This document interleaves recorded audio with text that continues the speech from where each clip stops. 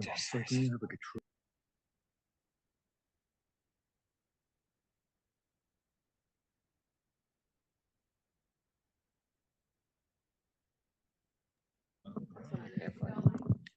Yeah, no, I'm ready to start. It's not 7. Sorry, start it up. All right, all right. Why don't we get the show on the road?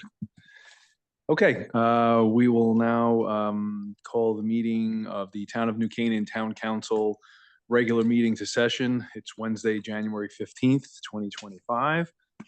We will first start with our agenda item number 1 with the Pledge of Allegiance. And we are honored to have, why don't you introduce yourselves and lead us with the Pledge of Allegiance, okay? Does someone want to?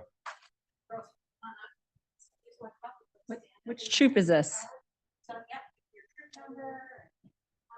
50327. That's a big number. All right, so why don't you lead us in the flag? Is actually the other way. Sorry. Over there. So why don't you, well, wherever you want to look, there's several. Okay, whoever wants to start. Allegiance to the flag of the United States of America and to the republic for which it stands, one nation, under God, indivisible, with liberty and justice for all. Very good, Bill. Very good. Thank you. You want to do that? Oh. Wait a second. We are a group of 3rd graders from West School. Anyone else? In 2023, we went to a pod in an animal shelter and we played out with puppies. With all the cooking money we get, we donate to a charity. Last year, we donated to the charity Wildlife in Crisis. We haven't yet decided for this year. We learned art history at Weir Farm. We went to the Space Museum. There we learned about the constellations and our solar system. Very exciting. Do you guys want to tell us your names? Olivia, Olivia? Madison? Evelyn, Ruby Lowe, Annabelle, Ruth.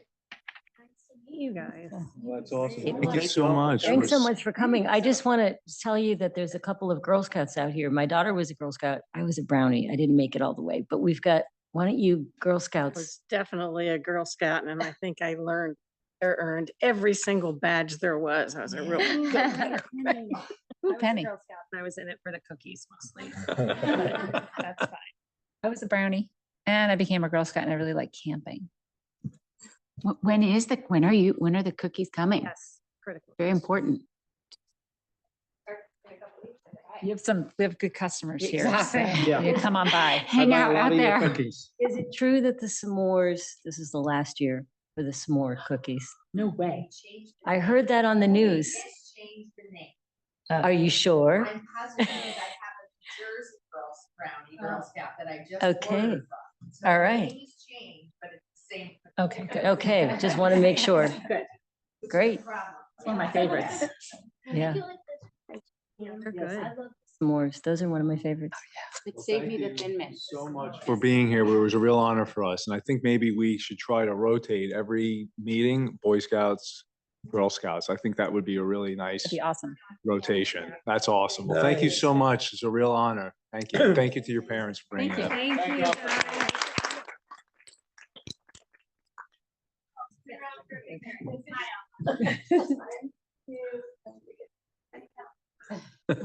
Wait a minute. Let's get. Stand up. Want us to stand up? Oh, man, we got to get in the picture. Come on. Guys, I have to squeeze in. Tom, stand up. Excuse me. You don't want to be sitting down. Oh, gosh, sorry. Oh, sorry. Thank Sorry, that's so much. Awesome. All right. You like it? It's very. It's very soft. Bye. Bye, thank Thanks for you. coming. Thanks. Do you still have? That was adorable. Okay, let's get the roll call. Okay. We have enough Girl Scout troops to rotate. I think we do. Here. I think we do. Butterworth. Here. Janet Fons. Here. Luke Kaufman. Here.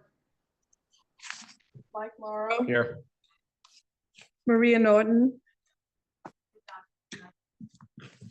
Kimberly Norton, Here. Hillary Orman, Here. Christina Ross here, Eric Tunum, Here. Penny Young, Here. Jennifer Sonis. Here. We have a quorum. Excellent. Okay, we'll move on to agenda item number 2, the minutes, approval of the minutes for the regular meeting held on December 11th, 2024. If we could get a motion for the approval, and then we can open it up for discussion. So anyone want to make a motion? Eric, all right, all right. Who's the second? Hillary's the second, so Eric's made the motion for the approval. Hillary's the second. We'll open it up for discussion for the approval of the meeting minutes. Anyone have any comments, suggestions, edits? Anybody? Good to go, all right. So we'll move forward with a vote for the motion to approve the minutes of the December 11th, 2024 regular meeting of the Town Council. All in favor? Motion passes unanimously. We'll now move on to agenda item number 3, public comments. Members of the public are welcome to speak to the Town Council on agenda topics scheduled for review and or vote. Speakers are requested to provide their name and street address, and comments will be limited to 2 to 3 minutes, subject to the total number of speakers. Are there any anyone who wants to comment from here? Anybody online? Okay, we'll move on to agenda item number 4, labor agreement, to approve a labor agreement with the New Canaan Public Works Union, Local 1303013 of Council 4, American Federation of State, County, and Municipal Employees. 5-minute presentation by Cheryl Jones. The floor is yours. Perfect. Thank you. Good evening. First off, I would like to introduce Attorney Chris Hodson. He is our labor attorney that has helped negotiate our contracts for the past 10+ years. And also working on this contract was the Director of Public Works, Tiger Mann. I am going to review quickly the economic part of the contract. For the insurance, in regards to the HSA part, their premiums increased. The first year is 13.5, second year is 14%, third year is 15%. For those that stayed in the PPO, their percentage increase from 20 to 21%, second year 22%, third year 23%. At the end of the contract, the PPO will be removed from the contract. In regards to salaries, first year was 2%, second year was 2.7, third year was 2.7. In the first year, we have steps for the Public Works employees, and that step, they will get a 0.50 increase in that step. We increased their employee fitness from $250. Well, excuse me, it's Eric Tunum. I just want to be ridiculously clear and make sure that what we're talking about is a 2% increase, a 2.7% increase, and a 2.7% increase. Correct. Thank you. We have increased their employee fitness from 250 to 750 per year. They have to wear steel-toed shoes, so we increased the shoe allowance from 250 to 300. They also get a meal allowance if they work during a storm through a meal. We took that from 16 per meal to 18 per meal. And that would be the main economic part of the contract. Okay, great. So Chris, it may be just because this is our public session and just a very general way, can you just briefly hit on the fact that the town actually entered mediation to come to a compromise agreement? Yeah, we worked with the union, met any number of times, and we're deadlocked on a few of the items. So we had a mediator from the State Board of Mediation and Arbitration come in, and he went back and forth between the parties and was very helpful in helping us reach a resolution. We thought it's best to avoid interest arbitration. So in the end, we resolved the contract, and it was fair for both sides. And Chris, just for, I guess, for members of the public that don't know the vernacular, if you could just quickly define what interest arbitration means and what that would have meant here in terms of arbitrator authority to, come to an award. Thanks, Chair. In Connecticut, public sector does not have the right to strike. Instead, any issues are resolved by going to mandatory binding interest arbitration. An arbitrator will decide last best offers of the parties. So it's often can be an uncertain result, and we like a sure thing. Plus, it can be expensive. So we did good in avoiding that. Right, and for clarity's sake, it's not like some, Solomonic thing where you kind of can cut the baby in half. It's just one side or the other on the best and final offer. Correct. All right, are there any other questions or comments on this issue? Anything Cheryl or Tiger you think the public should know? Otherwise, we can move it along for a vote on approval. I believe it's a very fair contract to both sides. Right. Oh, as a matter of fact, I'm glad you raised that. Just again, for the public's sake, and maybe Chris, you can opine on it in terms of where this contract kind of sits with our contemporaries. Yeah, this would be consistent with surrounding towns and the other units in town. Great. Okay, so if that being the case, if there's no other questions or comments, I think we'll just move it along for a vote. So are we prepared to vote? Okay, so all in favor of, I thought we had a motion on it. Okay, so Jennifer will make the motion to approve the labor agreement with the New Canaan Public Works Union. Kim seconds, all in favor? The contract, the motion passes unanimously. Thank you. Thank you all. Jennifer, and a second, Kim. but who seconded? Kim. Kim did, okay. Yeah. Okay, Thank you, thank you everyone. all. Great job, Thank great you. work, Chris. Great work, thank you. All right. Okay, moving forward with agenda item number 5, appointments, approval of the following appointments. Board of Finance to confirm the reappointments of Maria Weingarten and Chris Labris as regular members for 4-year terms ending November 15, 2028, and to confirm the appointment of Nick Mitrakis as a regular member for a 4-year term ending November 15th, 2026. Did I say 28? Audit Committee to confirm the reappointment of Bill Bradley for a 3-year term ending December 1st, 2027. And the Ethics Board to confirm the reappointment of John Fulkerson for a 3-year term ending December 1st, 2027, and to confirm the appointment of Alexander Safi for a 3-year term ending December 1st, 2027.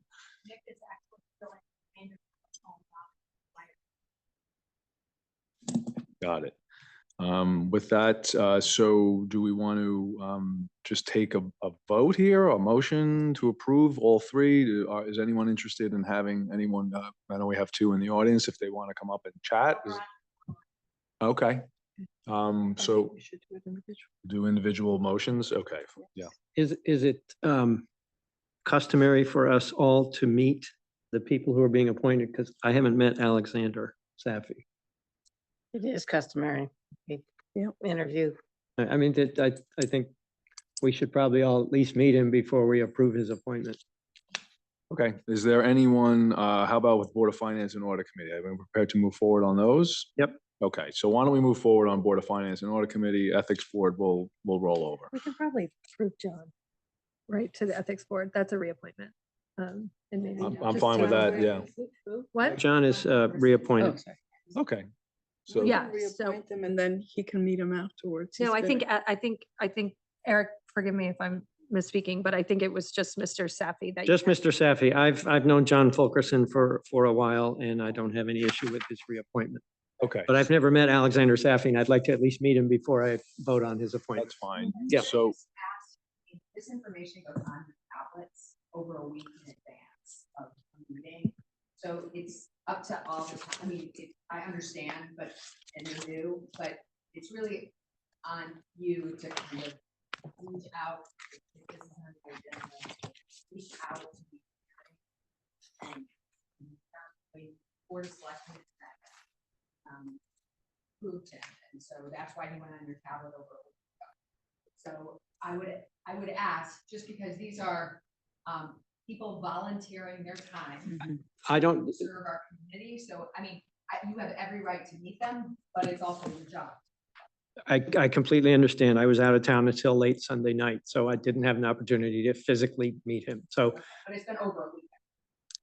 okay, we'll move forward on, Wait a minute, understood. Thank you. 1 minute. Our town council rules state that nominees shall be interviewed at a regular meeting of the town council unless a special meeting is called for that purpose. so, We're supposed to interview people we have never met.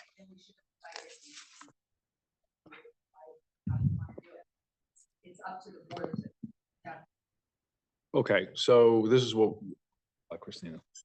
No, So, all right, we're going to move forward on the Board of Finance Audit Committee and John Fulkerson right now. We will hold in abeyance Mr. Safi. In the future, we, you know, when we should, you know, all take the opportunity here to chat with people, watch Board of Selectmen when they are having their discussions, so we can move these forward. So let's move forward with Board of Finance Audit Committee and Mr. Fulkerson. Are we okay doing that here, or is there, you know, or people don't want to? Okay, let's move forward. Okay, so I'll make a motion on the Board of Finance to confirm the reappointments of Maria Weingarten and Chris Labris as regular members for 4-year terms ending November 15, 2028, and to confirm the appointment of Nick Matrakis as a regular member for a 4-year term ending November 15, 2026. Can I get a second? All right, 3 to seconds.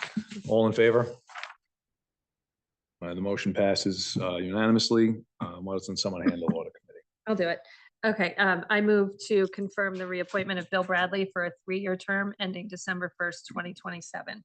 Second. Okay, all in favor of the motion? The motion passes unanimously. Ethics Board, do you want to make Janet, do you want to make the motion for Fulkerson? Sure. I move to confirm the appointment of John Fulkerson for a 3-year term. Okay. I'll second it. Is all in favor of the motion? Motion passes unanimously, and then we'll table Mr. Safi for the next meeting. Okay, agenda item number 6, Town Council Rules, review and discussion regarding proposed changes to the Town Council rules. We have it slated for 20 minutes. We have Nicholas Bamonte online, one of our yes, sorry, thank you, and you may go. Congratulations. Thank you, thank you for Thank you thank for you for serving. Serving the town. We really appreciate it. Okay, so we have Nick Bamonte on the line, one of our counsel from the our town attorney, to assist us in this discussion. So in advance of this discussion, I had asked everyone to take a look at the rules that had been So you have to get the headline version. rules that have been our tablets. I believe they were sent around last week, so hopefully everyone's had the opportunity to review them. It's really quite loud. So, yes, so I'd asked everyone in advance of this discussion tonight to keep it orderly, to just review and think about, you know, any issues they may have, questions, comments, further proposals. You know, it'd be great to get to a vote tonight, but I'm totally fine with having a discussion. And if we need, you know, additional time to ponder, that's fine too. We want to get it right.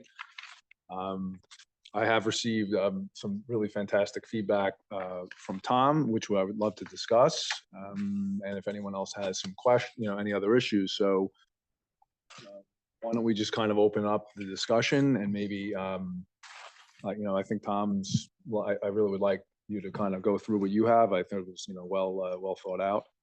And maybe anyone else who has some comments, we can go through that. So why don't we get the ball rolling? I want to get a ball rolling there. Tom? Can I just ask one question? Sorry to interrupt before we start. Can I just ask who all worked on this together? I think I know, but I just want to know for the public and so that we all know who worked on this draft.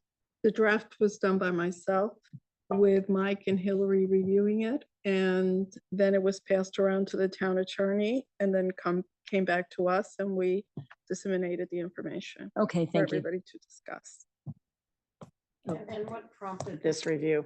Where It's required for the town council to update its rules. is it required? What do you mean, where is it required? Where is it stated that we've got to update our rules? Well, it was requested by the administration to update the rules, and in the past, every time we have a change in chairmanship, the rules are reviewed and either approved as they are or amended in some shape. The request was, I did not. the request was just for them to be updated because it had, it listed Still Penny as the secretary. So there were just sort of those types of changes. That was the request well over a year ago to make those changes. So seems to be a, you know, past practices this of the council. This is how we handle the rules once there's a changeover in personnel and leadership. So it's just our practice. Since I've been on town council, I mean, that happened with John Engel, I believe it happened with Steve Carl. You know, we have a new guy in town at the chairman role and the new leadership, so it's just part and parcel of what we do is our past practice. Nick, you'd agree with that, correct? I do. Mike. Okay, great. So, Tom? Well, first to that point, I'll make maybe an annoying technical observation that we have a committee that we call bylaws and ordinances. The only bylaw that I think we have in our jurisdiction is the town rules of the town council. So if we're going to go in this direction, we might as well rename the committee, the ordinances committee. Having said that, I don't want to stand on technicality there. I would suggest that we just go through the suggested changes one by one. I would suggest that my feeling is that we not take a vote tonight. Well, good. Good. Yeah. I would point out that the red line version does not show a redlining for all the changes, only some of them. I'm giving you one of the original drafts that has. Oh, good. I do. So this is not on the tablets.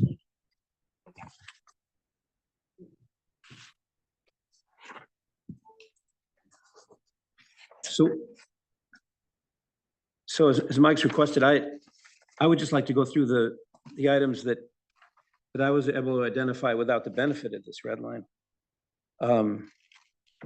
If I missed something, someone please point it out. Yep. The first thing that I've under Article 2, Town Council Committees, there's a long paragraph, the second paragraph, and it had said or designated, we're talking about the committee functions. The chair or a designated member shall attend the public meetings for the department areas to which they're assigned or debrief the department heads monthly. And the changes being proposed is to change the word and to or to and. And I would suggest that we not do that because I think a monthly required debriefing of every department head by every committee chair would be overkill. And I think we need to leave some flexibility in the process. I'm sorry, Tom, you said Article 2, what paragraph? The second paragraph, it's a large paragraph, right? Unless otherwise determined by the council, each committee shall. 4 lines, consist- yeah, if you go 4 lines down, if you keep reading. 4 lines down, that's redlined in my copy. Right. So it says that each committee's chair shall serve as point person. The chairs or designated committee members shall attend the public meetings for that department's areas to which they are assigned. It used to say or debrief the department head monthly. Now it seems to require that in addition to watching the public meetings, they would have to debrief with the department heads monthly. And to Tom's point, that seems a little excessive and unnecessary to require that. It feels only. The only comment I would have to say about that is that at each town council meeting, we're asked to give updates, and the updates should come from the department heads as to what is going on. So unless you make it can be a brief meeting, unless you make that contact, there will be no update. Not true, because you could either watch their monthly meetings or to the extent there isn't one, you could debrief. But to say, for example, with John Howe from Parks and Rec, there's a Parks and Rec meeting every month. But then you'd also be expected, if you sit on that committee or if you chair that committee, to also meet with him separately. So I just don't see why we would, that, You watch it, you take your notes and then we report back. Like it's coming directly from it. So I don't understand why there would, in addition to that, you would need to sit down. Well, you don't have to if you feel that you have the information. no, this says changing the or to an and is actually meaningful. I mean, there's a reason why it was changed, I presume. And why was that changed? To be honest with you, I don't recall why one or the other, but I'll look at my notes and tell you in a few seconds. Yeah, because that seems to, I mean, I know it seems minor, but changing that word is actually really significant because it does impose an additional requirement on those sitting on the committee or chairing it. Yeah, I know on Health and Human Services, the committee heads come to the meetings, so I wouldn't need to debrief them. Yeah. So, or does seem to make sense. Or or something like that. Yeah, exactly. And same with, I mean, for BOE, you know, let's listen to two meetings, yeah. All right. Article 2, Section 2, so this is new. It would add another committee, the Charter Review Committee. Essentially continues some language that we had before, except that it creates a new committee which would have the functionality that used to be in the Bylaws and Ordinances Committee. And that is to periodically determine whether we should create a commission, a Charter Review Commission. So there, I'll just say personally, I don't care where the function sits, but I do want to understand the rationale, because there's, being a human being, I'm wondering what we've done wrong in the charter, in the Bylaws and Ordinances Yes. Committee. Is there something that somebody we've offended that made one think that we had to pull that out from Bylaws and Ordinances and create a new committee? My take on that is, the charter review is such a heavy lift. And it's, not something that's done, quite frequently, that, in my opinion, I think we just need a dedicated standalone committee on that's what they focus on. I think, Nick, we had a discussion. I think you're in concurrence. It makes sense to have kind of a standalone and not kind of shoehorned in part of the, scope of bylaws and ordinance, and given the gravity of a charter review and what's involved and the town involvement on participation on that.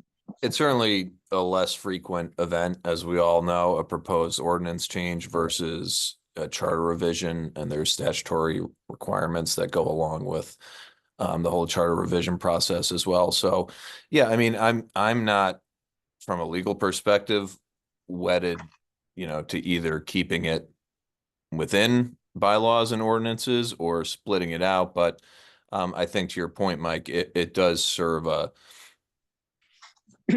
pretty precise function here. So, it's up to you guys, the policymakers, to make the call whether you actually want to split it out. Thanks, Nick.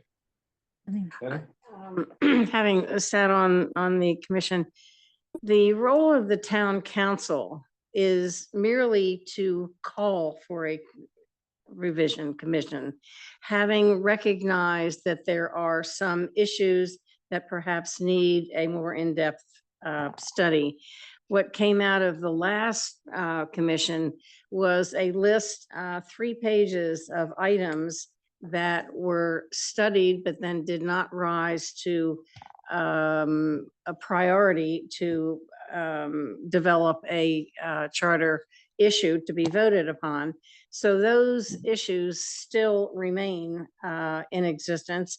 And so forming a revision commission is just merely all of us saying, let's take a look at it. There are a couple issues that perhaps, are pertinent to study further. Oh, thought there was more there. Please.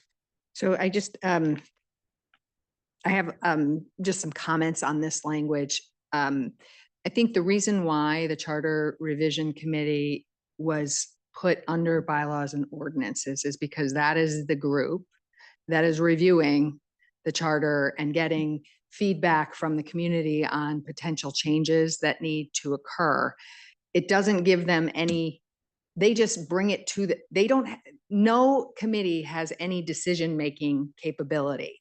It is a subsidiary of the entire board, and everything must be brought back to the board. So they can't say, we're going to do a charter review or not going to be doing a charter review. But I believe the crafting of this in this committee is it most naturally fits there, because the people that serve on bylaws and ordinances are the ones reviewing the charter and the ordinances most consistently. And so then they would bring it, say, there's a number of things that we might think in this period of time need to be reviewed. And the charter revision only really happens every 10 years. And so to have a committee that really has no purpose for 10 years, I think that was the reason why they put it under bylaws and ordinances. And the people that's, so that's my only commentary, is that it's, I think there was a really well thought out reason why it's under bylaws and ordinances, and then they bring it to you. And then you as a body deliberate on whether or not you want to open the charter or not. But they don't have any purpose, that committee could be fallow for 10 years. So to me, it doesn't make a lot of sense to have a non-function. I mean, they can be working on looking at issues, I guess, for 10 years, but it's really coming from bylaws and ordinances that gets a lot of that feedback. 8 of the 10 people on town council are on the bylaws and ordinances. It gets a little weird to have all these overlapping committees. Go ahead. It seems to me that as drafted here, the only purpose of the Charter Review Committee is to make a recommendation to the town council for a formation of a Charter Review Commission. I don't know why we need to create an entirely new committee to do something that any one of us can do anyway. And it's just adding more bureaucracy, and I'm not a big fan of adding more bureaucracy. We don't need another committee. If it's under bylaws and ordinances, done. Well, we should say there's a little more to the story. Not only does the town council have to act to set up the commission, but to staff it. And also to decide whether to recommend a list of items that the commission would consider. They're not required to consider it, but town council could recommend a list. And then I think there's, speaking of the town council as a whole, then we have a role once the commission's done of considering what, whether we accept the, what our reaction is to the report. So there's more involved in the process, but nothing I just said goes to the question of whether we need a new committee. It's just, that's the stuff that's going on. But if there was a reason, Christina, for setting it up, I just, why don't you, maybe you could say more about it. Because one has to wonder, like, what are you envisioning? How many people are you envisioning being on this committee? It's not for me to say. That's a deliberation that we will have to have. But the point is. No, but before I vote for this, I want to know is part of the motivation that you think the bylaws and ordinances committee is too cumbersome or is not? Wasn't part of your. No, Okay. It's not part of that at all. The discussion has been regarding the charter review, has been in putting into context with who's assigned to different subcommittees of town council. It's basically interest. And as the turnover happens, people are put into committees, but they don't necessarily have the depth of knowledge about the town to make and contribute certain facts. So the charter basically is something that unless you know the history of the town, you wouldn't be able to understand the domino effect, that one thing may change into or move into another thing and have an effect that may not be worthwhile to open it or have it as a discussion. So you would want to have on this committee the most seasoned or experienced people to participate and have a dialogue and to bring it before the council, because that subcommittee, like any of the subcommittees we're in, does not govern. It just makes a recommendation or an update. Well, just a couple, but one quick point about that. If this is only meeting every 10 years and there's nothing in the rules that says you have to have some tenure to be on it, right? Like, how do we know the whole town council isn't turning over every 10 years? We're just. How do we, 1 minute. And again, as the first selectman said, those of us on bylaws and ordinances, which you know well, because you sit on them, sometimes we get proposed ordinances or questions about proposed ordinances, and there might be some conflict with the charter. And that's kind of where you see that tension and that you could see that push and pull. But I think it's a big assumption to assume that we're all going to be here at the time of the next charter review, or somebody who has a great, how do you define history with the town? Have I lived here long enough? I've lived here 10 years. Or do you have to live here 20? I mean, I don't know that this rule accomplishes it. So I'm not quite sure what this rule is accomplishing. Well, we have a lot of tenured people on the bylaws and ordinances committees. It is. I including know. Christina. I'm thinking about the law of unintended consequences, though, of like, what if we all went off and there was a new board in 10 years? I mean, you can't predict, nor can you Can I, The fact of the matter is that on the town council rule, it states that I believe it's the chairman, can dissolve a committee, reassign it, can create other subcommittees. So creating a subcommittee should not be a big deal because the essence is to get the best people. It could be the people from the head of each one of the subcommittees that we have. Each one brings a different expertise after sitting on a committee. So what is the argument about creating a new subcommittee, upsetting someone? can I have Time. a moment? Can I make a few points? Please. So first, the first comment, you were saying perhaps the work would require a heavy lift. So just to reiterate Tom's point, there's 8 to 10 of us already on bylaws and ordinances. The second thing is like, you know, it's a very subjective thing to say. It's not just about like how long you've been in the town, but like expertise, because there, you know, on any given period of time, the amount of work you do, research, knowledge you have is not necessarily a reflection of how long you've been on the council. So I just would like that noted. And so where I might agree with you, there's nothing wrong with you proposing the new committee. I just think we need to have an urgency for why it needs to be not bylaws and ordinances, because to me, it seems like that's a very competent committee and it's run by 2 lawyers, which seems to be, you know, I know it might not always be, but at the present moment, that seems to be, you know, excellent leadership for that. We don't need attorneys on a committee. We need volunteers to do research and to opine and represent the constituency. Fair enough, but I don't think that that is only reflected by like length of time on the council or in the town. Just ask a question? Hold on. Okay. Yeah, I'll just come back to what I said before. We don't need a committee to suggest that it's time to do a charter revision, because the charter revision will there will be a commission formed, and that's when you need the expertise and the tenure and all that sort of.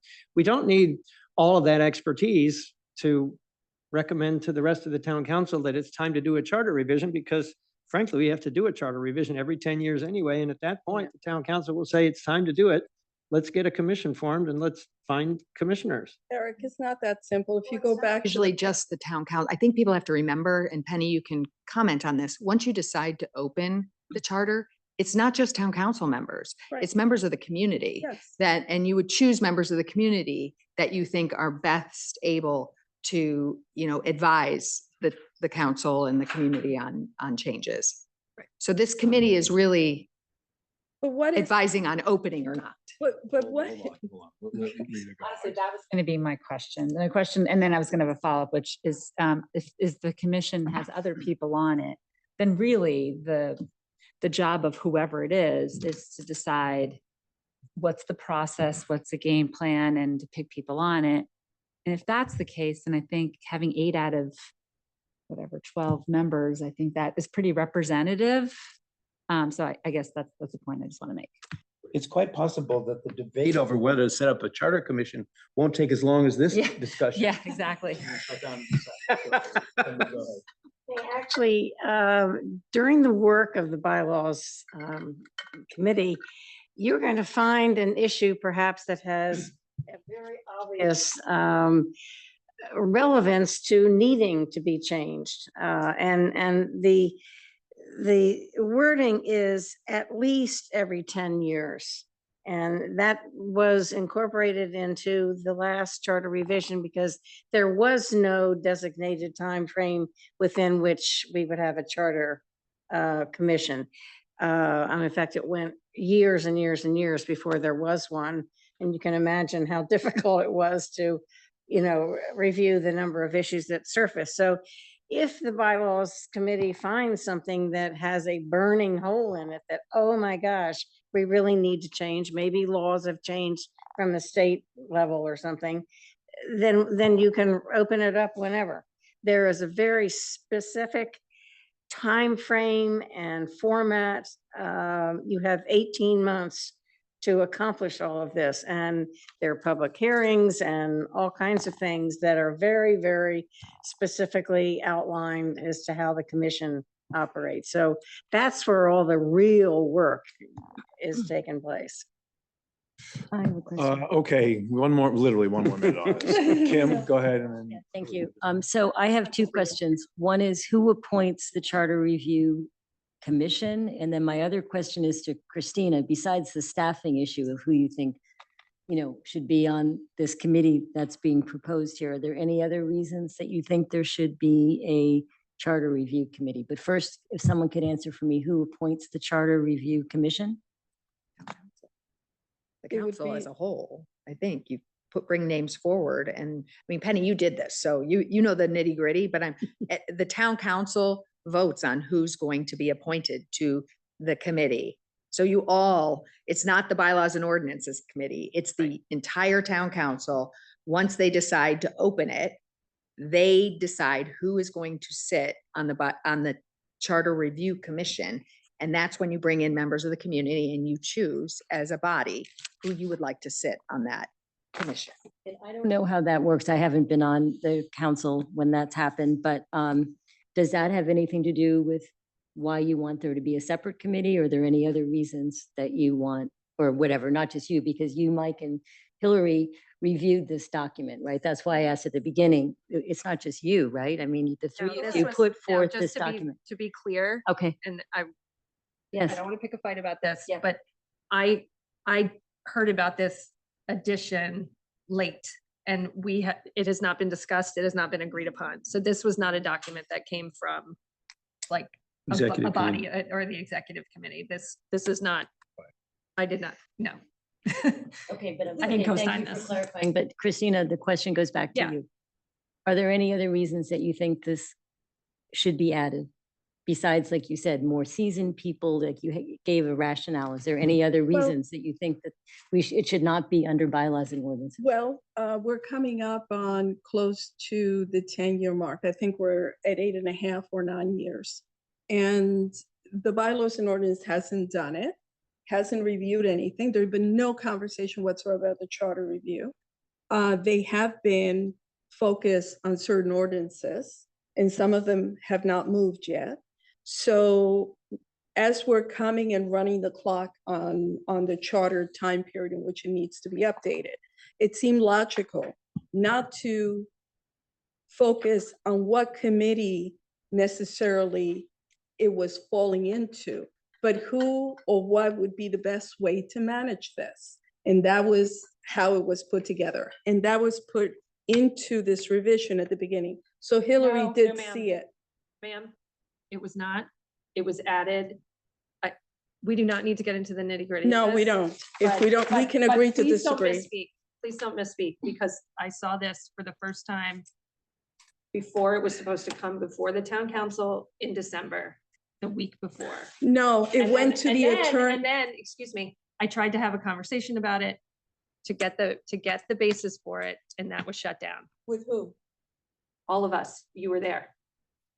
Deanna, the first selectman is shaking her head, yes. So listen, I didn't intend to have this conversation here at this meeting. I have not spoken to Nick about this. It was my understanding that this was put in later, and listen, it has nothing to do with what we're talking about now, which is what is the basis for this proposal?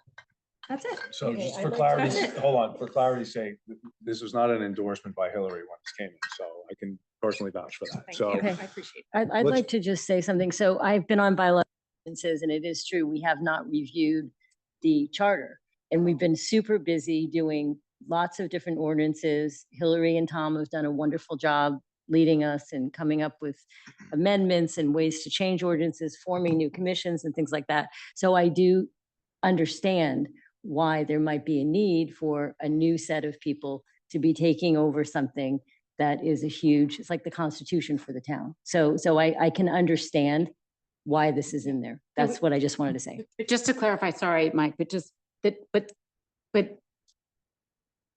what, the way you just phrased it, but the committee that she's proposing only simply is formed to then the whole town council, regardless of this committee, does the hard work of forming the Charter Review Commission. So Just Well, to I think clarify there's that. going to be leaders in this particular committee that would bring in members, right? I We mean, all we're not all of us are bringing them in, or it's suggested to the chairman of this proposed committee or whatever. Deanna just reiterated, we all do. We all get to. Have the ability.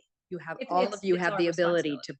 to recommend who you'd like to sit, and then you as a body Right. choose. So no one has any added cachet in deciding. You all decide as a body.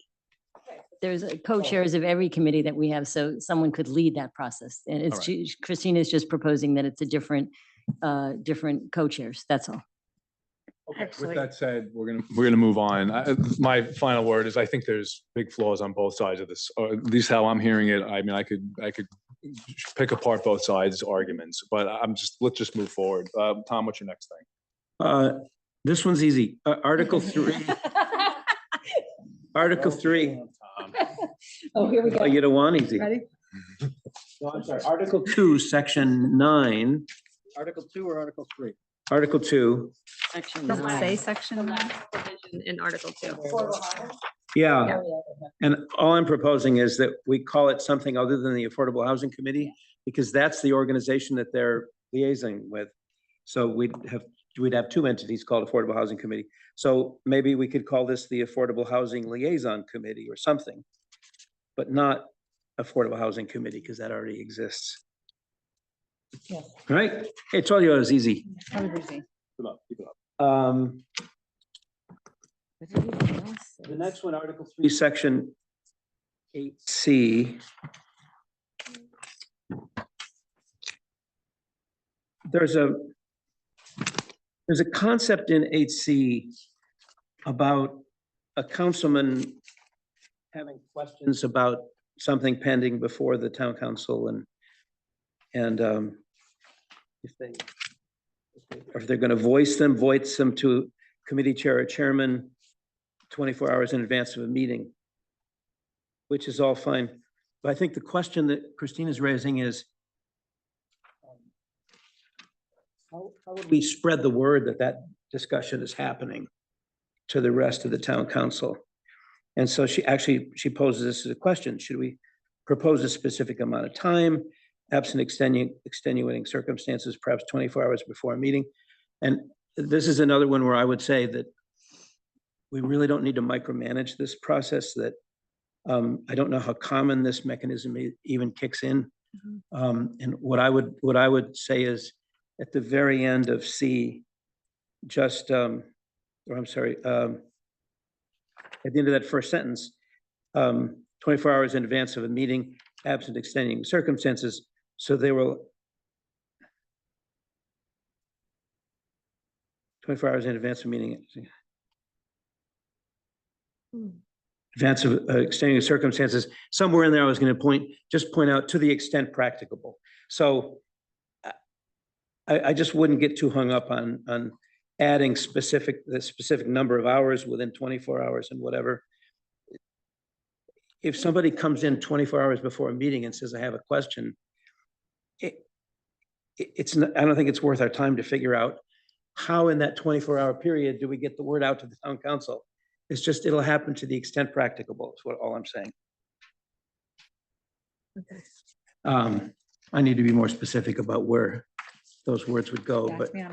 So you're just trying to provide a bit of flexibility in it. What's Like- that? Like, so it's a good suggestion, but you're trying to provide a bit of flexibility. right. So So here, what do you want to say? Right now it's step one. Somebody has a question. Yeah. 8C. Somebody has a question That's right here. No, I just want to know what he's proposing. about a pending matter before the town council. And they ask that question of, let's say, the chair. The chair answers that question. Well, okay, you've got 24 hours to get everybody else in the loop. And I'm just saying, do your best. I don't think we need to say 8 hours before 3 hours, before 7 hours, What are you proposing it say? You can think about it. Get Oh, back here to it us. Okay, it's at the end. So the fellow councilman shall have an informed discussion. This information, along with pertinent information a councilman may obtain, shall be distributed by the secretary to all councilmen before the meeting to the extent practicable. In other words, it may happen or it may not. So what you're trying to avoid is like either ask your question, you're trying to avoid the situation of if you have any questions, you have to ask it 24 hours in advance or not. And what you're trying to say is like, if something comes up, a question comes up because somebody might be preparing the day of the meeting, they should be able to send their question in and have it answered to the extent practicable. Actually, I'm not and saying that. Circulated to the rest of the council. What the current Yeah. What the current bylaws say is that that question, the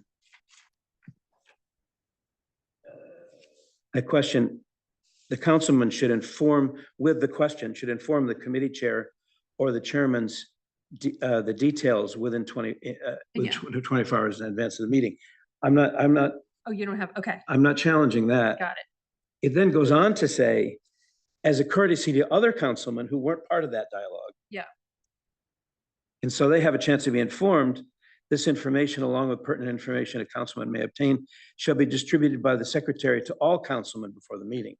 Yeah. Now, if that second step was critically important and we thought we couldn't survive as an entity without it, then I would say, well, questions should initially be posed within like 72 hours or something, so you could have a meaningful second step. But that second step of bringing all the other council members into that dialogue, it's a nice thing, but I don't think we have to agonize about, because I don't recall that ever happening, actually. I mean, I think we've gotten answers to emails within an hour or two of the meeting, and it's fine. It's not ideal, but it's not the end of the world. Yeah. So, right? I mean, so I think that language is useful. It just provides some flexibility to the extent practicable. And I'm not disputing anything that was in the draft. It's just that the draft had a couple of sentences of questions, and I'm just trying to resolve those questions. I actually think I might have asked those questions, so I'll jump on this grenade. Oh, that's you. I think it sounds like a question I would ask. So I'm fine with whatever the council is comfortable with. I just, And by the way, what I recommend is that before we reconvene, that we have a document that gives the rationale for each change, the specific words that are being added. And to be fair, my suggestion was crossed out. So somebody didn't like a red line's fine, but it's not sufficient. So if you look at this red line, if you're relying on the machine to make it, you can't look at this and find out where the important questions are. So we really need to be working from a document that gives the background and rationale of the proposal and the specific words that go in or out. And so that would be resolved before we get together again. And then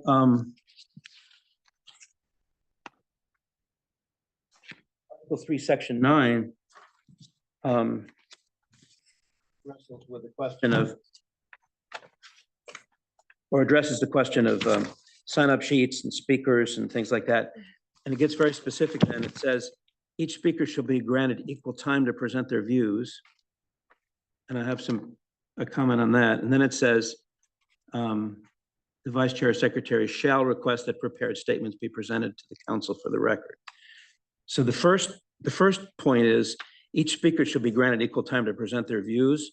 I'm a little nervous about that because in real life, what happens is that we'll put a 3-minute limit on, and this person will speak for 2.5 minutes. This person, we can't shut him up. And there's not really a lot we can do about that. I think that I've never experienced a public hearing where we haven't had as our stated goal to limit comments to X minutes. Well, most of them do. Most of them propose limits, but yeah, there are some where we don't define it. But either way, there's never an effort to say this person gets to talk more than this other person. So I'm not sure what problem that we're trying to solve. And if it suggests that we put something that would have more rigor than we're really capable of executing. One of the things, if I may interject, Tom, Yeah. is that we've had many of our citizens come before us in their question why they can only speak for 2 minutes or 3 minutes. If we put it into the town council rules and clarify, everybody will given the equal opportunity to speak, and this is the time. If they speak less, that's fine. Sometimes we ask questions, so it extends their time, which is very unusual, but it has happened.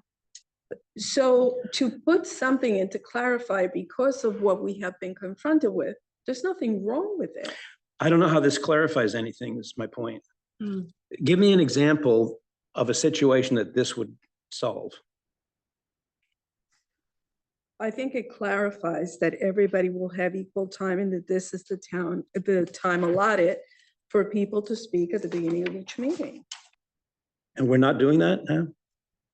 If we impose a time limit, are we not being fair to people? Are we not giving them equal time?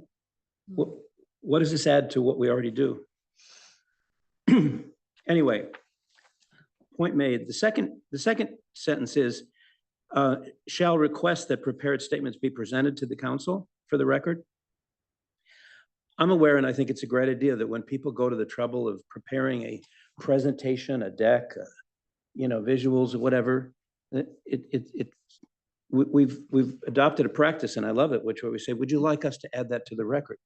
But what I'm afraid of this language is that I don't want to see us having to go to everybody who testifies. If we have 30 people, some of them wrote their comments on the back of an envelope.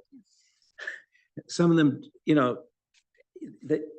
to ask every one of them, would we like to put your comments in the public record when they're already on the video? We're making work for ourselves. We have been asking that at the meeting, not I, but it has been asked repeatedly. So do we want to make it part of the policy of the town council? And I don't know what document you're reading, but a lot of the things you're bringing up, or some of the things you're bringing up, are in the original version. They're not changes that I've made. Well, this one, this is definitely, this is an amendment. It's an addition. What is- Requesting prepared Where statements are to be. you? Section 9, subsection 9, Subsection what? I'm sorry. Article 3. Is that right? Should be Article 3, Section 8, 9. C. Is it? No, I'm sorry. No, 9A. Oh, 9, yeah. Can I ask a And question? I'm- Hold and on, I'm- one second, sorry. Yeah, at the end of the staff, speakers would like to submit their comments to be part of the record, and some people have said yes, and some have said no. I don't know that, maybe this wording is a little strong, and we can wordsmith it, because it seems to impose people to prepare statements and then submit them for inclusion. We could just say. Voluntary. Request. If you'd Request, like yeah. to It says submit, you can request. submit it. You don't Yeah. have to. Shall We can just say at their discretion, or, because it does say request, it doesn't say require. I mean, you So could say you could shall just say request. it's voluntary at their discretion. I mean, if someone might have a prepared statement and not want to give it, and other people, like you said, are on the back end of an envelope, or they're just talking from their own mind or whatever, and they don't have a prepared Yeah, statement. I mean, So- again, Say offer the ability. yeah, I like that.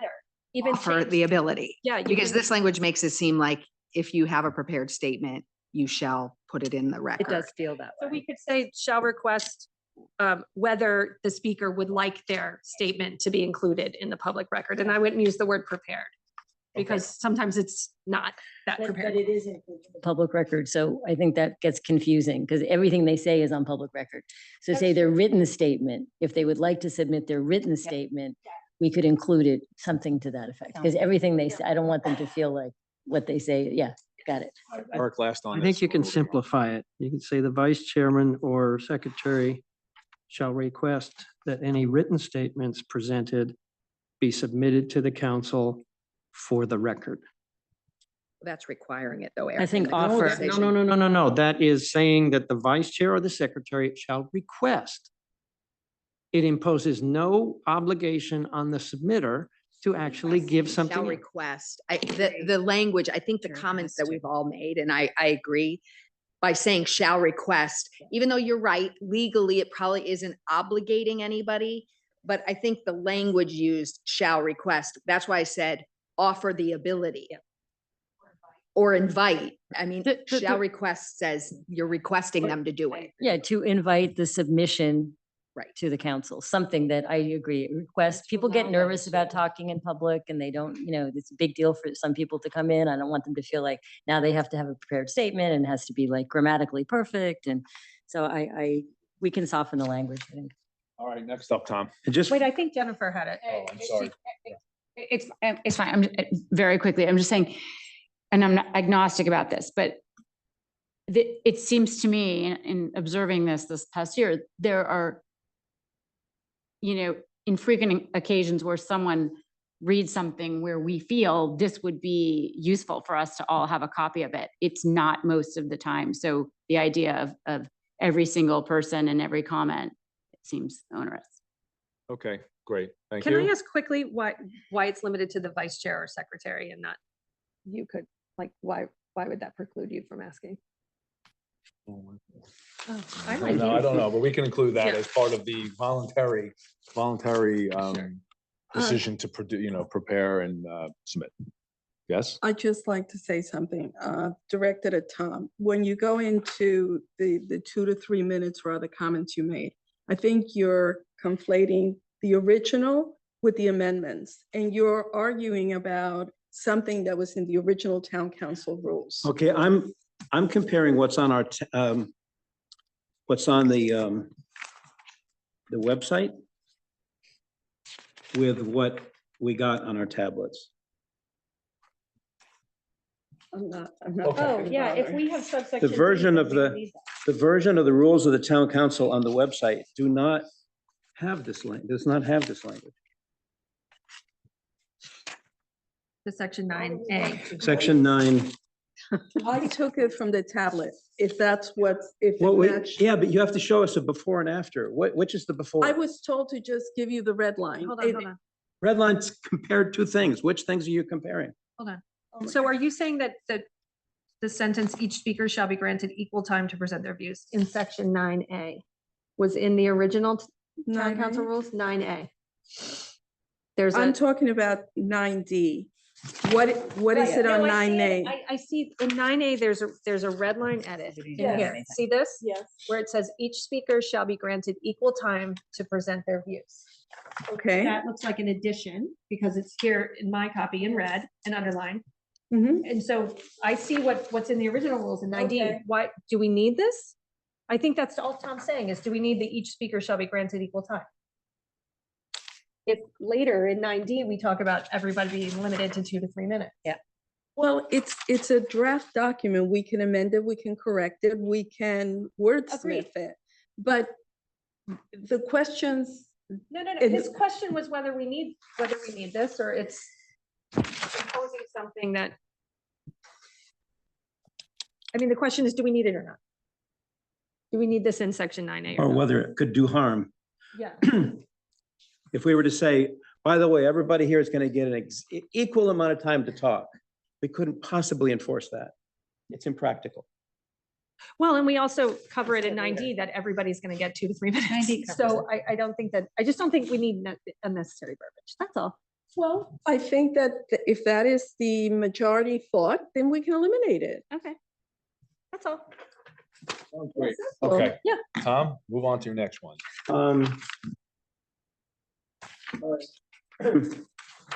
Article 5. Article 4.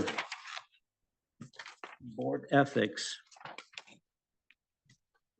Proposal is, I'll read it.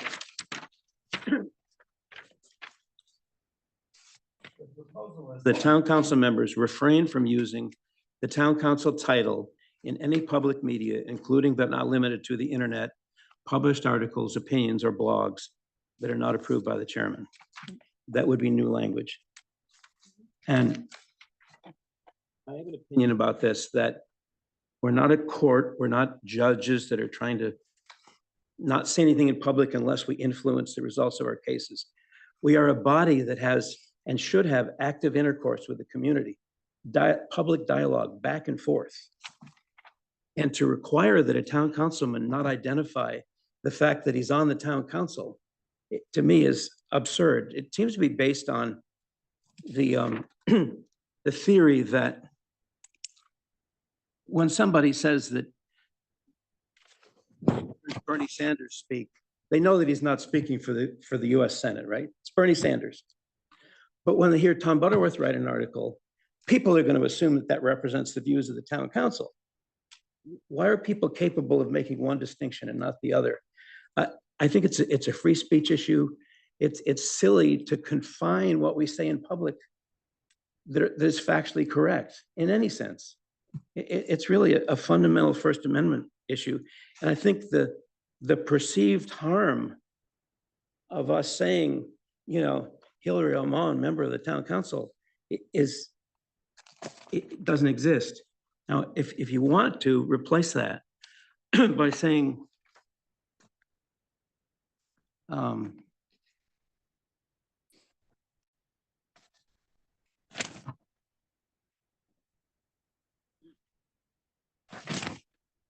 excuse me, by saying town council members, if they do identify themselves in public, you know, they should say that my views don't necessarily reflect those of the town council. I wouldn't have a problem with that. But I don't want to constrain free speech. Okay, Tom, you made your point. Anybody want to respond to that? I agree. Yeah. Historically, this has been a public comment that has gone on for years as to whether or not you should use your title when you give your personal opinion, whether it be an article or endorsing somebody or putting your position about a subject matter. It may not be the opinion that we all share on town council, so you don't want to misconstrue what you're saying and implying that it's part of the town council. That's the only reason. And I've made my argument. I think the public is capable of knowing that Bernie Sanders does not speak on behalf of the US Senate and that Tom Butterworth does not speak on behalf of the town council.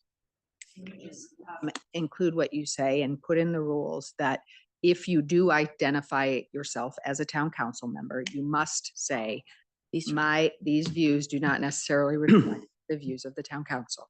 Yeah. I think it's a great balance to say. I'm very careful, especially in my role as chairman, when people ask me about things before the council and I say, this is me telling you. I'm not speaking on behalf of all of these people. They can express their own opinion. I'm extremely careful with that. Yeah, I think that's good practice. And I think when you're not speaking as a member of town council, it's important to say, I'm speaking as a resident or a parent or a this, and not in my capacity. But I don't know that we need a rule for that, but that we can figure out. Well, yeah, it's a but good I think we could balance. wordsmith it a little bit. All right, Tom, next up. All right. So de facto, the town council is the forum in which we're suggesting these changes to the town council rules. So it seems appropriate to me that if we are that forum, that we would also entertain anybody's suggestions for other changes in addition to those suggested by Christina. And I just want to throw out a couple of them real quick. One is, I think that the provision in our rules about nominating members to the library board is obsolete. And in fact, it contemplates a biannual report to the town council, which I think has never happened. And I think it's time to put that to an end by just saying in section 18, this section should have no force or effect after January 15th, 2025. And why is that? Because having representatives to the library board has accomplished nothing. Clever enough to appoint some excellent people, and they have served the library, but they don't serve the town council, and in most respects, they can't. Legally, they're representatives of the library. They're responsible to the library. Yeah. But we haven't even had a meeting with them yet. Well, doesn't that prove the point? We've been doing this for what, 3 years, and we've never met with them? I mean, when are we going to get the point? We don't do this well. It's not necessary. Most of the questions that we would ask them are not appropriately asked to just a board member. They should be asked to library administration. And so it serves no purpose. I have a comment about that, and I'd like to ask, I don't know if we can ask Nick a question, but my sense is a lot of constituents in the community do want that role to remain, but I think there is confusion over what their responsibility is. So the MOU that was crafted in, was it 2021? I'm not sure, talks about this role. But the library has requested that the people that are the representatives are a fiduciary, or they're part of the library board. So to me, it's a question of like, what is their role to town council from a legal perspective? It's in an MOU, but the library has them as full board members. And I think it's confusing, and that's why they haven't been here yet. And that, but the public, that the public that I've talked to want more dialogue with the library, and they want representatives from the library that know what's going on to report to the town, given that we give 75% of their operating budget. We gave 10 million for the library, we gave the center school lot, and so on and so forth. So I think it's a legal question that needs to be worked out before we just decide to delete it from the town council rules. Yeah, and I just to piggyback on that question to Nick, in my mind too, the question is if the MOU was covering the terms of the town's contribution to the new library and the line of credit that was extended, once those are, well, once the gift was given, then that's that. Once they pay back that line of credit, is then the MOU satisfied, including that provision? That would be my legal question too. Is there a natural time limit to the utility of that provision once all the terms of the MOU have been satisfied? That makes sense. the But I other- do know that they haven't, the line of credit is still being paid back. So we know that that's not happening tomorrow. But yes, I understand your And point. I That's a good point. I completely, point. I agree with you that that hasn't been totally satisfied yet. The question is, does everything sunset once that's? Well, I'd say that if we have to keep this as a perpetual rule, then I'd like Nick to comment on that. But I think what you'll find in the research, Nick, is that neither the MOU nor the town council language suggests in any way that it's perpetual. Well, in the past, we have had representation, the first selectman is ex officio to the library as well as other nonprofits. Are you Yes, invited? exactly. I am happy to One was never view invited. the MOU and get a better handle and report back to the council. Yeah, because if we have to do it, we have to do it, but. Right. But the point was that many of the first selectmen or some of the first selectmen haven't made it a point to attend or to be updated other than when they present or they have private meetings. So And the issue just so you was- know that there is a conflict with every I know. library board meeting. It's the same night as the Board of Finance meeting, and I am required to be at the Board of Finance meeting. No, and I understand. I'm not Proxy? putting blame. Yeah, no, seriously, can you appoint one of the selectmen to go? I mean, it seems like it's going to be an ongoing conflict, and it is important that we get representation from the administration, I think, at those meetings. But they're And actually, that was the reason ex behind officio is it. different than regular board member, isn't it? I don't know. I'm Yeah, not a but- lawyer. But just to refresh everybody's, go back and read the language of the MOU and go back and read the language that the town council adopted nominating them. So the town didn't, again, it's words are important and or nominated versus appointed. We could nominate almost anybody we want, but the board of the library had to accept them, and you can't have split fiduciary duties. You either have a duty to us or you have a duty to the library board. And to the extent the two conflict, if you have dual responsibilities, you're in an untenable situation as a board member. Yeah, So you and have to have a duty of loyalty and fiduciary. I don't know if the MOU talks about a fiduciary responsibility of the library. I don't remember if that was added on by the library or how that works. So I think that's a great suggestion, Hillary. We need to look at that MOU wording and then see how it kind of morphed over time. The library excuse me, the library representatives were meant to be the conduit to bring and find out information and answer our questions, because the library has not been readily available to come before us or to submit answers to the questions or to communicate in any great extent.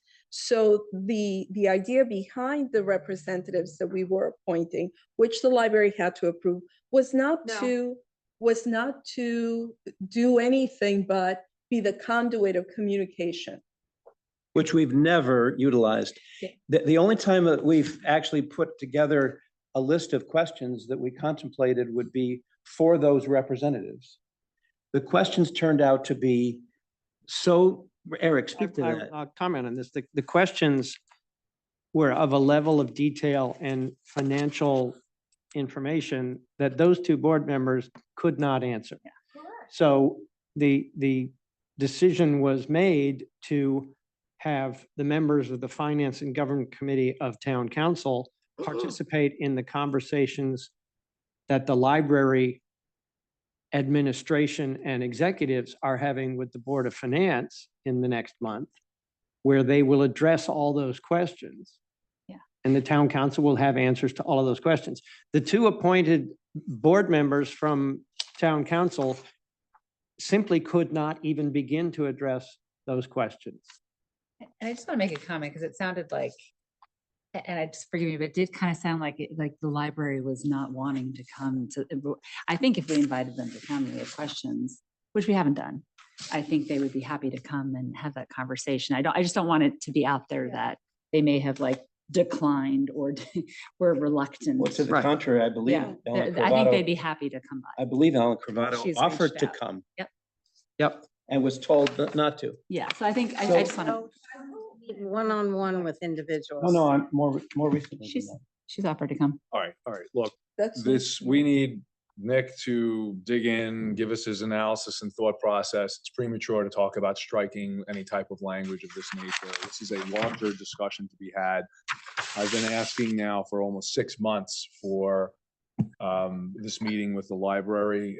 And it's fine that it hasn't happened. There's very good qualifying, good cause reasons why it hasn't, but there has been a persistent ongoing effort to get access to information from the library, and going into this budget season, we'll get those answers before we vote on that budget for the library. So it'll be very clear, and the budget in the library will be on notice, and I'll make a statement later on in this meeting about what we need to do, but let's move on from this issue, I okay? just need to say that I think you'll find that in that endeavor, which is 100% valid, Yeah. those two representatives will be irrelevant to that process. Because they're board members. They don't sit there with all the knowledge that an administrator would have and to come in to give a report. We can have that Mark discussion, DeWhaley, Tom. Mark DeWhaley came to in the last budget season, the night the library board budget was being considered. And he sat in that chair over there, and we never even acknowledged that he was in the room. Okay. So these representatives are not thrilled that we have sent them over to do something and that we haven't even paid any attention to them at all. It's obsolete. If Nick decides that it's not required to perpetuate, then you have my argument. This is not the role of the Liaison? committee, the liaisons from the town council and the Board of Finance, that our people should be going with the Board of Right. Finance. Exactly. I think that it was only in there because it was thought, we were nervous about the financing of the new building.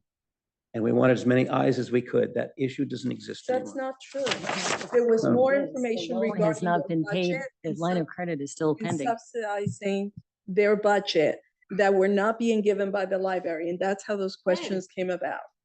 But we never even asked these members in 3 years for that information. So you're Okay. trying to take something that's irrelevant and make it relevant. Nor did, One last point.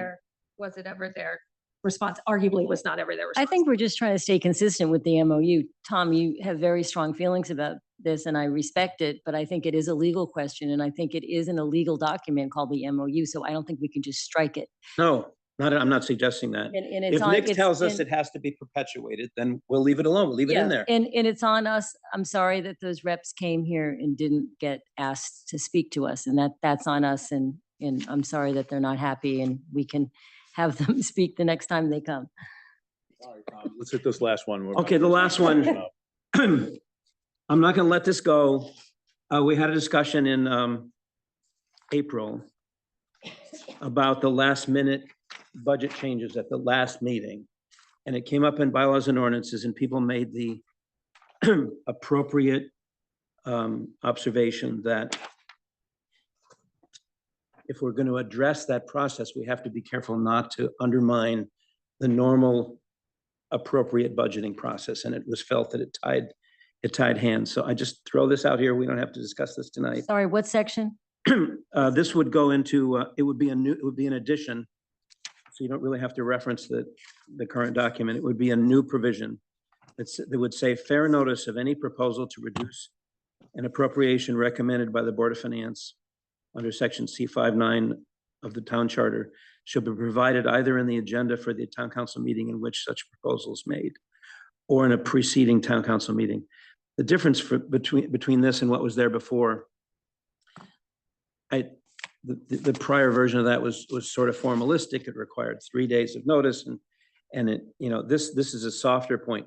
If you're going to raise something in the final meeting of the year, just give fair notice, whether in the agenda to that meeting or previously. Let people know it's coming. That People can be there.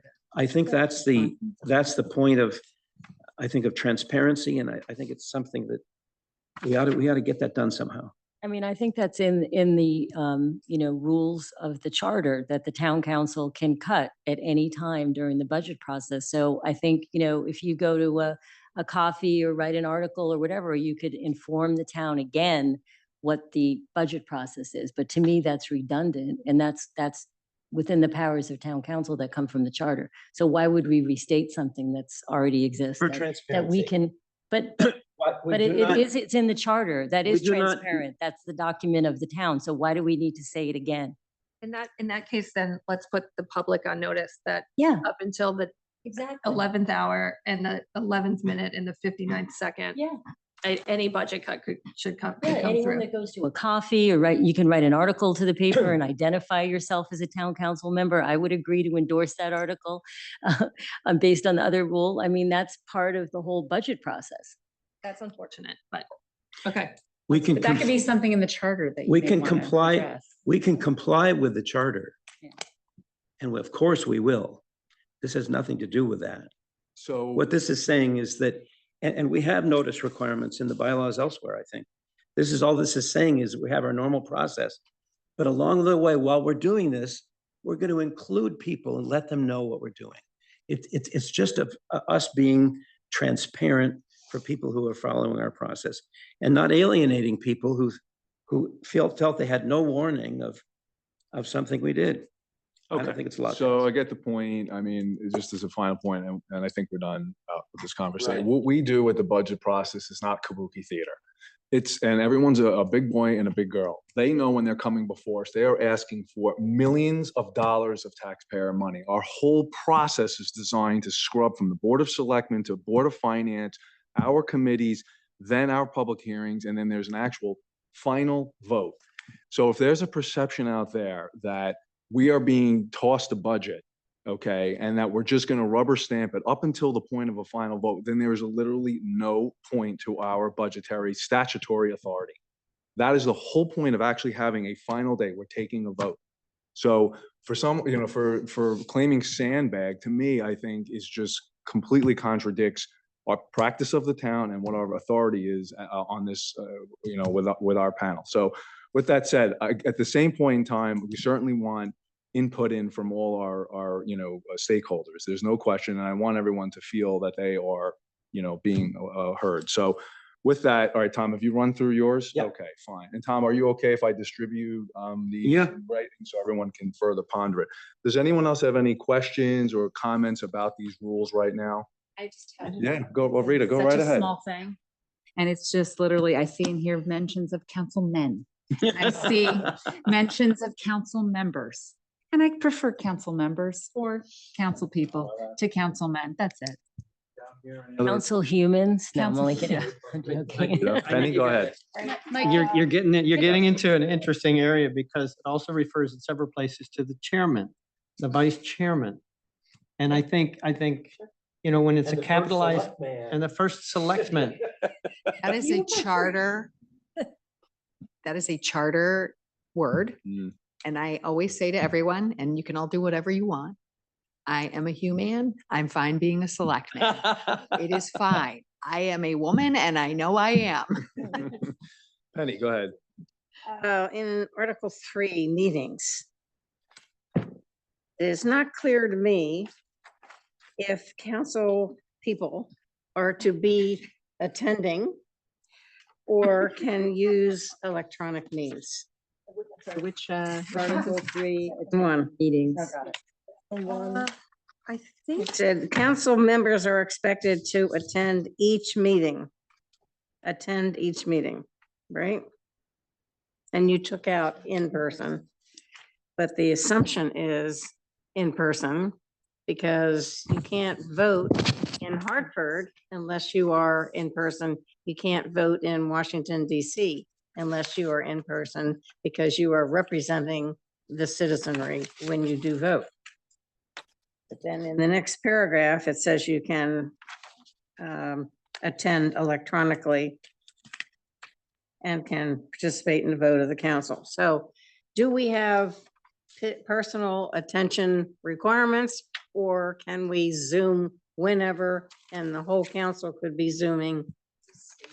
After COVID, the state mandated you must allow. I know that. So that your rules should be consistent with that That's my point. legislation. Yep. You could vote remotely. What section are you in? Correct. Second. You can vote remotely. Bottom line. Let's make that consistent. Okay, anything else? The other Ask a consistencies I question. would think, and these are little nits, is it a she/he, or is it she and he? And do we capitalize vice chairman, council, those kinds of things when you go through a document? I kind of like consistency in how you present it.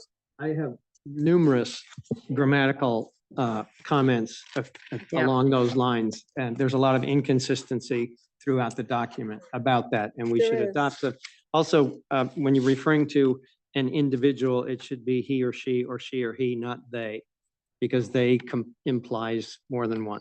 That's right. Grammatically. All right, Jennifer, last. one. Grammatically. I have a question. We're not gonna have that conversation.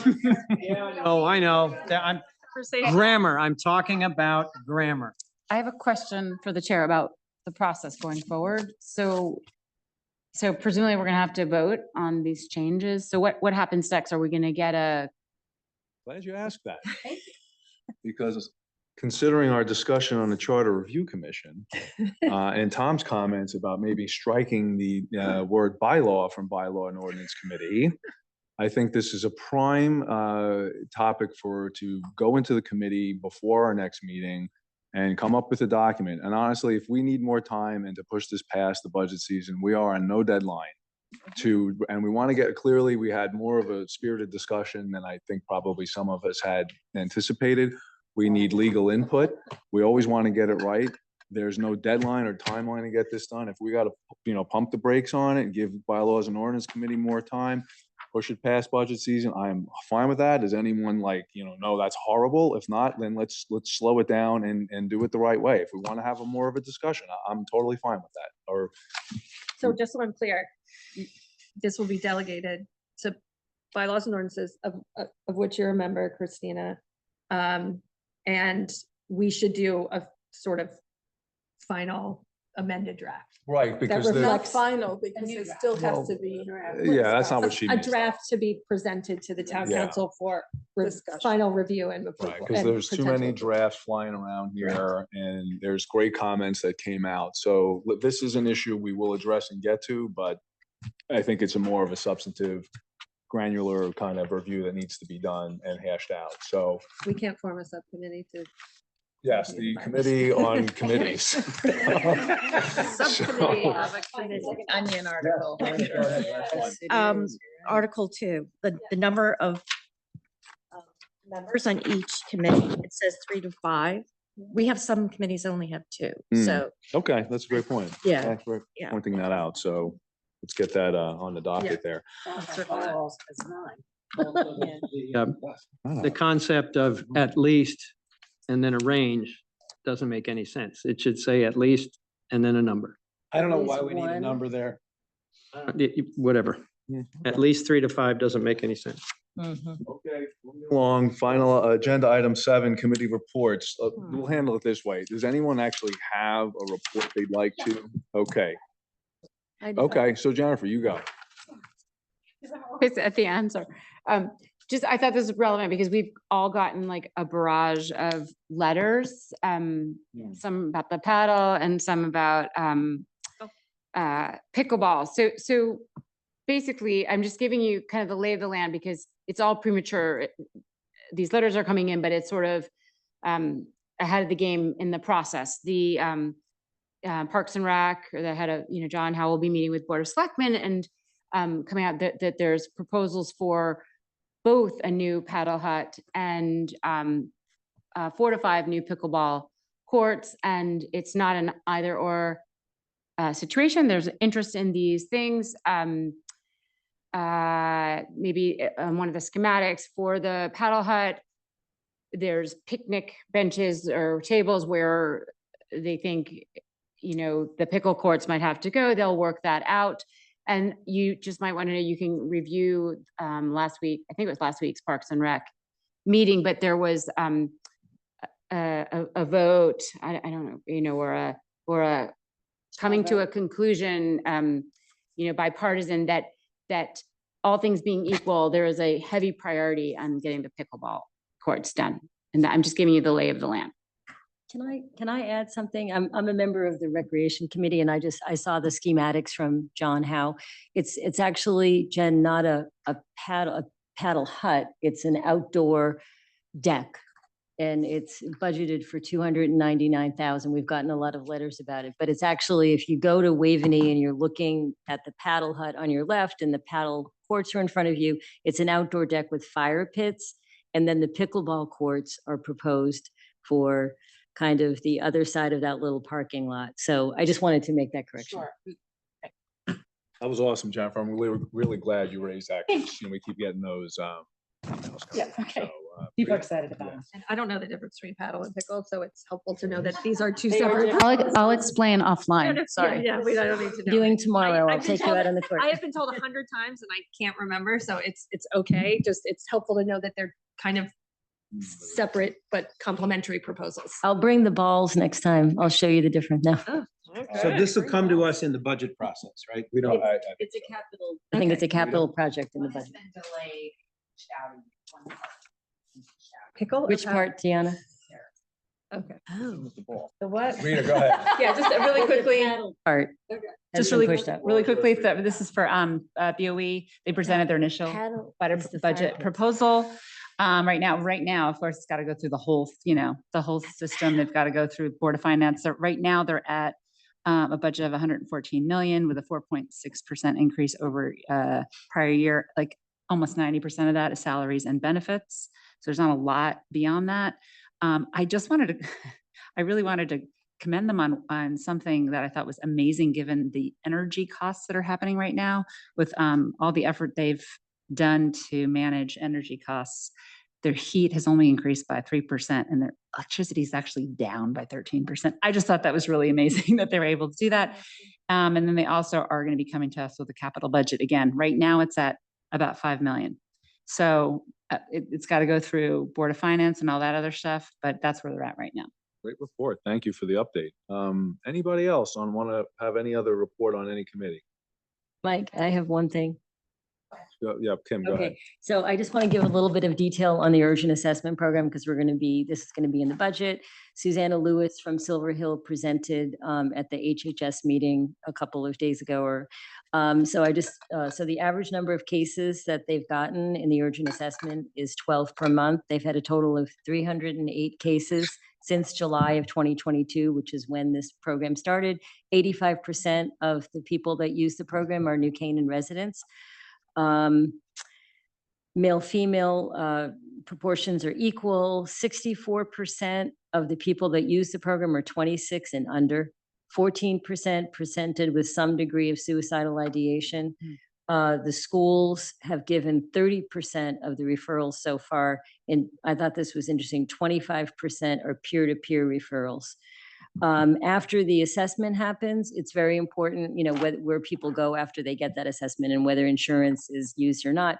60% are referred to people that they actually have the insurance, the provider has their insurance, and 40% are out of network. So out of network's a lot more expensive than a copay when you use your insurance. The average wait's been 48 hours. And that's not only based on, sometimes the person can't come in right away if Silver Hill offers it. So that's kind of not a hard number. Interestingly, in the survey, the behavioral health survey, 1/3 of residents in New Canaan still don't know where to go if they need an assessment. So they're talking about maybe, I don't know if they're going to do more advertising or how they're going to get the word out to the public. And the separate issue, New Canaan Cares got some kind of a grant, a cannabis grant, and they're going to be working on that issue. So I just wanted to, that's it for me. And to piggyback on that, there's a suicide prevention training at 11 a.m. on Friday that the health department is hosting at the library. Yes. And you can register online for that. It's the QPR training. Yes. So I've registered. I would encourage other people to register. It's about identifying suicidal ideation in, Right. in peers or friends or family. Really important and really sadly, applicable right now. So I hope people can attend. And just to piggyback on that, and I correct me if I'm wrong, but I think that the, I don't know if it's New Canaan Cares is sponsoring it, but the behavioral assessment, they're doing a program sort of saying all these results that you just said to the town at the library. Is it Monday? On the 20th. Oh, I don't know if it's at the library. Anyways, would you look out for, if this interests you, Behavioral Health Alliance. Behavioral Health Alliance, exactly. So that it'll be to the public, a lot of these figures. Yes. Great. Thank One of the you. best things we've ever done. Yeah. Yeah. Great report. urgent Rita, assessment? go ahead. No, there's also just really quick, Yes. quickly Utilities Commission.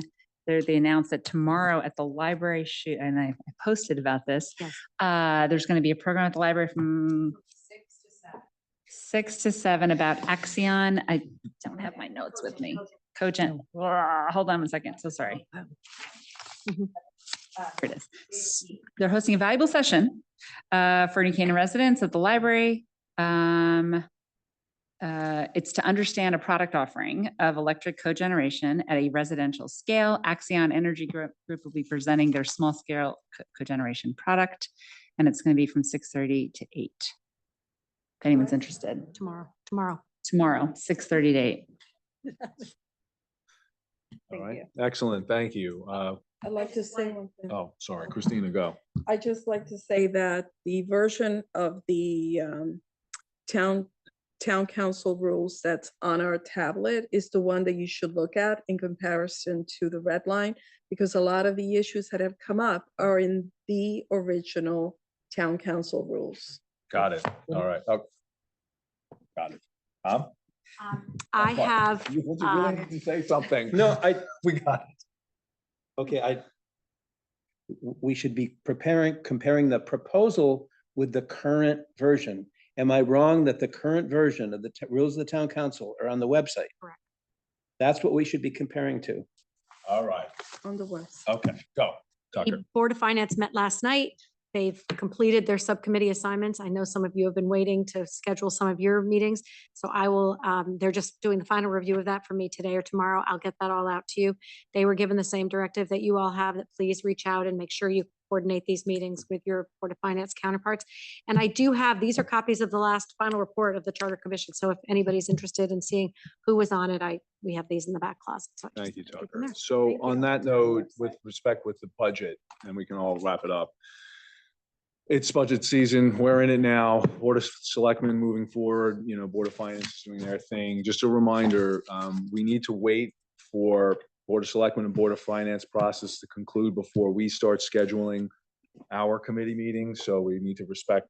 No. We do it with the Board of What did I Finance. say? No. Sorry, what did I say? Board of Finance, Board of Selectmen. Yeah, Select. sorry, I misspoke. Yeah. Right. Right. January 30th, what's Yeah, the, do you know the date on that? January 30th? 30th is, January 30th is when the board selected. okay, so our meetings can start taking place after that. Okay, thanks. With the board of Finance. Can we schedule them before, but if it happens after? Like, in other words, could we do it like the 25th? Or you want us to wait until the very end? Just make sure you're with board of Finance. With the department, not Yes. not just the two of you. Town council, Board of Finance, town Great. council, and the department. Okay, thank you. Scheduled after you vote, but we can start scheduling them, just Right. schedule it for a That's what I date asked. Can you after. schedule before, but you can, Process schedule it, that but there's you a can't trigger have it. date that meetings can only happen after you do that tell date. us. Okay, Got it. so, and I mean, you never, this can be hard to. Corresponding liaison from the Board of Finance. You should not be meeting without the Board of Finance with the department. Absolutely. And remember, Like we did last year, we did a great job, but we need to even increase our efforts even more. Must dial in and educate yourself on the budget process starting now, okay? Like pay attention. The Board of Selectmen is doing a fantastic job. You know, they scrub hard. Board of Finance scrubs hard. Watch the videos if you can attend. So when you walk into a committee meeting, you are already knowledgeable of what their budget is, because when we get our budget this year, I'm tightening even more. I honestly believe, in my opinion, it's a useless exercise to have another presentation by these department heads, and canvassing them. They don't feel it's useful. So I want us, when we have our public meetings, it's at that point, it's final questions, really. And I really think we need to continue to move in that direction. They do Board of Selectmen drills into it, Board of Finance drills into it. We have committees that we can drill into these budgets. So we're not wasting our time seeing the same deck for the fourth time. So please, I urge you, all did a great job, and I just really urge you to do it again, because I don't even think I'm going to have presentations by these department heads in terms of putting up a deck and walking me through words that are on a screen for 30 minutes that should have already been in my my mind, and I should understand that. They can come in, we can interact, we can ask our questions, we can target certain areas of their budget. I just don't want, oh, here's a 30-page deck and I'm going to read it off to you. It's not useful for us. I think it's a complete waste of time. That initial meeting that you're referring to where we do view the deck, those will be videotaped. So people that can't go to that meeting will be able to still do the 100%. homework. Yeah. Okay. Thank you for raising that. So there's a multitude of ways to educate yourself as you walk into our public presentation, so we can just get to any final questions. You want to talk about BOE headcount? Let's talk about that. Okay, let's not have Dr. Lutzy and his phalanx of people sitting here for 3 hours and we're reading words on a deck. That, to me, I mean, in corporate America, that's a complete waste of time, and that's really, we all should think it's a waste of time. Go ahead. I just want to make a request. The Board of Selectmen budget that's being presented to the Board of Finance, a printed copy should come to each one of us. And as the presentations are being scheduled to be presented to the Board of Finance, they should be included in our tablets, so that the information is there for us to be able to correlate, because you can't look at a screen and make out what it says and make heads or tails out of it. By the way. No, we don't. Unless we ask for it. And by the way, we have set up, this is the second year that we've implemented a page on the website. So not just you, any resident, anybody who would want to follow along. Josh is responsible for adding all the documents, all the presentations, and the budget. Literally, he updates it daily. I want it on the tablet so we can refer to it during the entire budget process. I think it's, That's why the button was created. So use the button and get whatever document you want. And that's a precautionary measure so that Go to the website. when it's on the tablet, you can refer to it 6 months later, next year for the budget. When it's not on your tablet, it's away. the problem is Josh ends up having to update multiple places and it gets missed. So that's why we decided to pick one place that any person, whether you're an appointed, elected, resident, whatever, could go to it, and it's updated in real time. And it stays on the website yearly, all year long. Correct me if I'm wrong, but whatever the Board of Selectmen passes, it doesn't like fall into the ether. It's available for the year. It stays there. Whatever the Board of Correct. Selectmen. So whether we have it on a tablet or a website, then we get the Board of Finance iterations, but the Board of Selectmen one, there is a copy of it that exists that it doesn't change. It doesn't. Well, that's a good point. You should be It's able not to a- see it's- what the Board of Selectmen did, then what the Yeah. Board of Finance did, and then, right. Right now at that button, it's already well populated And so that. for this year Yeah. and last year. So whatever's adopted will stay, and then Board of Finance, it'll be a separate working document that Josh will be updating. So are you saying that the presentations by each department is going to be put on Josh's also online, and we're not going to get it on the tablets? You will when it's the town council time to hear them, you will. But we're when not going to hear them. No. They're gonna, when they come to present, they will bring a presentation. We They- are not taking presentations. The information. Board of Selectmen level, and that will be at a button on the town website that you will be able to go see all those. Is the button live? It is, Yeah. budget documents. Budget documents. Okay. I hear your point, like the presentations that they actually make. Yeah. Presumably we would get them in our subcommittee meetings with the board. Right, I'm. No, we here, don't. like, We- I They went down don't. That's here. what I'm asking for. All right, can we get a motion to adjourn? Jennifer, thank you. In this fabulous meeting. If Yes. we're asking for this to be on the tablet, there should be no pushback not to do Right, it so or we're- to get it printed. What does it we want? Well, I